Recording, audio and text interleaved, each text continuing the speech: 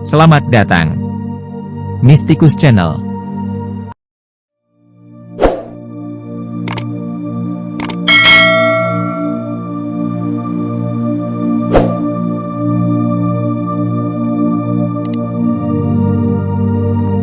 Ummul Mukminin Sayyidah Khadijah Al-Kubro, wafat 10 Ramadan tahun ke-10 kenabian. Sayyidah Khadijah adalah istri pertama Rasulullah. Orang yang pertama kali beriman kepada Allah dan kenabian Rasulullah.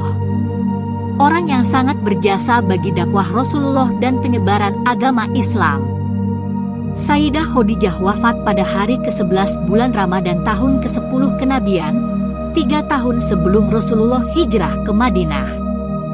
Khadijah wafat dalam usia 65 tahun, saat usia Rasulullah sekitar 50 tahun. Permintaan terakhir. Diriwayatkan, ketika Khadijah sakit menjelang ajal, Khadijah berkata kepada Rasulullah Shallallahu Alaihi Wasallam, "Aku memohon maaf kepadamu, ya Rasulullah, kalau aku sebagai istrimu belum berbakti kepadamu." Kemudian Khadijah memanggil Fatimah Az-Zahra dan berbisik, "Fatimah putriku, aku yakin ajalku segera tiba. Yang kutakutkan adalah siksa kubur. Tolong mintakan kepada ayahmu, aku malu dan takut memintanya sendiri, agar beliau memberikan sorbannya yang biasa untuk menerima wahyu agar dijadikan kain kafanku." Mendengar itu Rasulullah berkata, "Wahai Khadijah, Allah menitipkan salam kepadamu, dan telah dipersiapkan tempatmu di surga." Ummul Mukminin Sayyidah Khadijah pun kemudian menghembuskan nafas terakhirnya di pangkuan Rasulullah. Didekapnya istri beliau itu dengan perasaan pilu yang teramat sangat. Tumpahlah air mata mulia beliau dan semua orang yang ada di situ. Kain kafan dari Allah. Saat itu malaikat Jibril turun dari langit dengan mengucap salam dan membawa 5 kain kafan. Rasulullah menjawab salam Jibril dan kemudian bertanya, "Untuk siapa sajakah kain kafan itu, ya Jibril?" "Kafan ini untuk Khadijah, untuk engkau ya Rasulullah, untuk Fatimah, Ali dan Hasan," jawab Jibril. Jibril berhenti berkata dan kemudian menangis.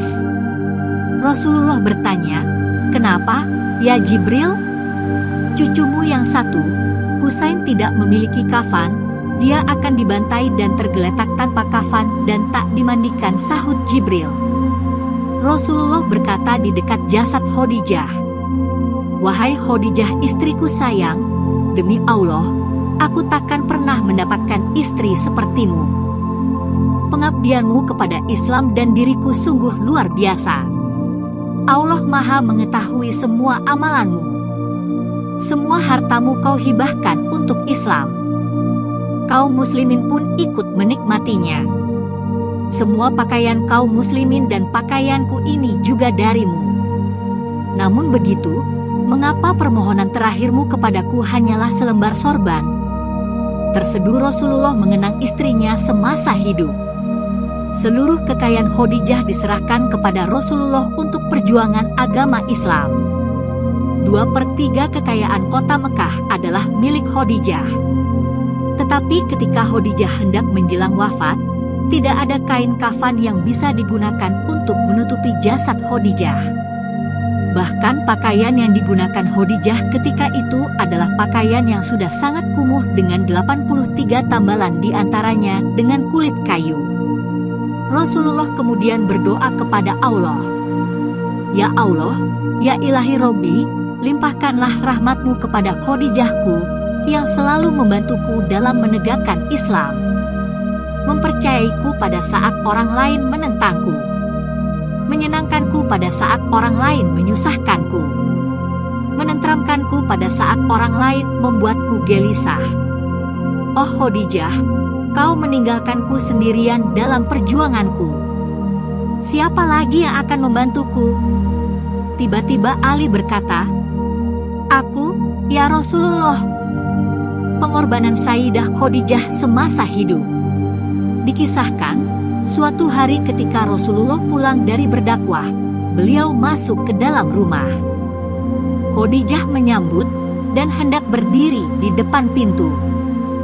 Ketika Khadijah hendak berdiri, Rasulullah bersabda, "Wahai Khadijah, tetaplah kamu di tempatmu."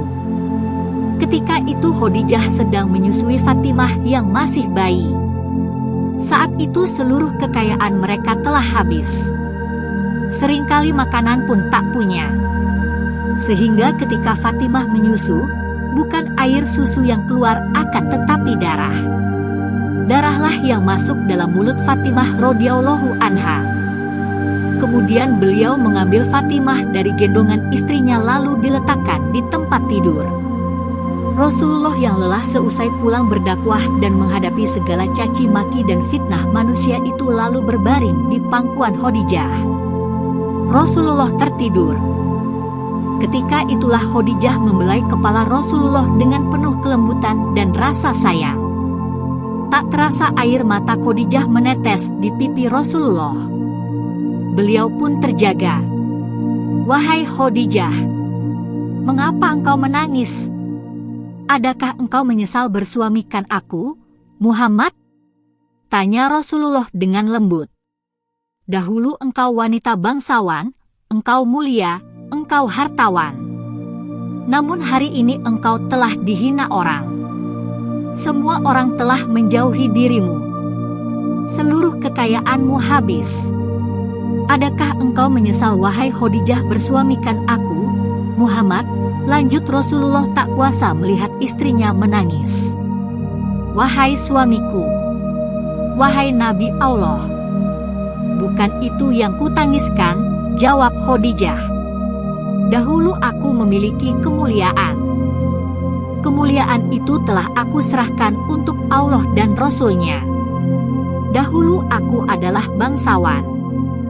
Kebangsawanan itu juga aku serahkan untuk Allah dan Rasul-Nya. Dahulu aku memiliki harta kekayaan. Seluruh kekayaan itu pun telah aku serahkan untuk Allah dan Rasul-Nya. Wahai Rasulullah, sekarang aku tak punya apa-apa lagi. Tetapi engkau masih terus memperjuangkan agama ini. Wahai Rasulullah, sekiranya nanti aku mati sedangkan perjuanganmu ini belum selesai, sekiranya engkau hendak menyeberangi sebuah lautan, sekiranya engkau hendak menyeberangi sungai namun engkau tidak memperoleh rakit ataupun jembatan, maka galilah lubang kuburku, ambillah tulang belulangku. Jadikanlah sebagai jembatan untuk engkau menyeberangi sungai itu supaya engkau bisa berjumpa dengan manusia dan melanjutkan dakwahmu. Ingatkan mereka tentang kebesaran Allah. Ingatkan mereka kepada yang hak. Ajak mereka kepada Islam, wahai Rasulullah." Karena itu, peristiwa wafatnya Sayyidah Khadijah sangat menusuk jiwa Rasulullah. Alangkah sedih dan pedihnya perasaan Rasulullah ketika itu karena dua orang yang dicintainya yaitu istrinya Sayyidah Khadijah dan pamannya Abu Thalib telah wafat. Tahun itu disebut sebagai Amul Husni, tahun kesedihan, dalam kehidupan Rasulullah. Ila Hadratin Nabil Mustafa, wa ila Khadijah Al-Kubro, Al-Fatihah. Disarikan dari kitab Al-Busro, karya Sayyid Muhammad bin Alwi Al-Maliki Al-Hasani. Jika Anda menyukai Mistikus Channel silahkan like, komen, share, subscribe, dan nyalakan tanda lonceng untuk mengikuti update terbaru. Terima kasih.